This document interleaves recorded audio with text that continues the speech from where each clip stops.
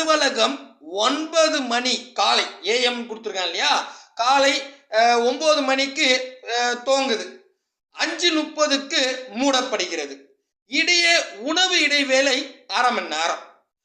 எனில் உணவு இடைவேளைக்கும் மொத்த அலுவலக நேரத்திற்கும் இடையே உள்ள விகிதம் 5/10/2023 டிஎன்பிசியில் கேட்டிருக்கான். அதாவது ஒரு ஆஃபீஸ் காலையில் 9 மணிக்கு ஸ்டார்ட் ஆகிட்டு 5:30 மணிக்கு முடிஞ்சிடுது. சரிங்களா?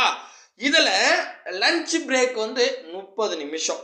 இவன் என்ன கேட்குறான்னா, அந்த லஞ்ச் பிரேக் இடைவேளை இருக்குது இல்லையா, அந்த 30 நிமிஷத்துக்கும் மொத்த ஒர்க்கிங் ஹவர், அதாவது 9 மணிக்கு ஸ்டார்ட் பண்ணி 5:30 மணிக்கு முடிக்கிறாங்க.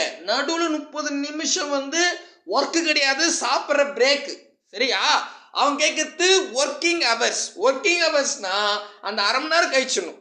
அதாவது நல்லா புரிஞ்சுங்க, காலைல 9 மணிக்கு ஸ்டார்ட் ஆகிட்டு 5:30க்கு முடியுதுன்னா மொத்தம் எவ்வளோ நேரம் ஒர்க்கிங்கு ஆஃபீஸில்? 9னா 10, 11, 12, 3 மணி நேரம். 12லேருந்து ஒரு 5:30 கூட்டினா எம்பிட்டு வருது பாருங்க, 8.5 மணி நேரம் வேலை. கரெக்டா? இது மைண்ட்லேயே போடலாம். ஓகேவா? புரியுதுங்களா?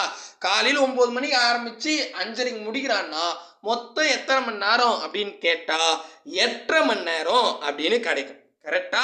எஸ், மொத்தம் 8.5 மணி நேரம் ஆஃபீஸு. இதில் 30 நிமிஷம் லஞ்ச் பிரேக். அப்போ நீங்கள் 8 மணி நேரம் தான் வேலை செய்வேன். கரெக்டா? புரியுதா? புரியுது. அப்போ இங்கே 8 மணி நேரம் எடுத்துன்னு வைங்க. இப்போ இது 30 நிமிஷம், அதாவது உணவு இடைவேளைக்கும். அப்போ அந்த 30 முதல்ல வச்சுக்கிட்டேன். ஒர்க்கிங் ஹவர்ஸ் 8 மணி நேரம், அதையும் வச்சுக்கிட்டு ரேஷியோ கேட்குறான்.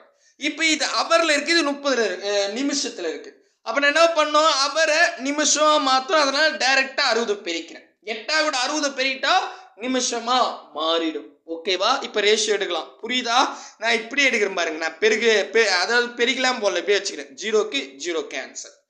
1 3 3, 2 3 6, 2 8 16. கரெக்டாக பாருங்க, 2 8 பெருகிட்டேன். அப்போ 1:16 ஆப்ஷன் ஏதான் சரியானது. முடிஞ்சு போச்சு, அவ்வளோதான். ஆடாடாடாடாடா பாருங்க.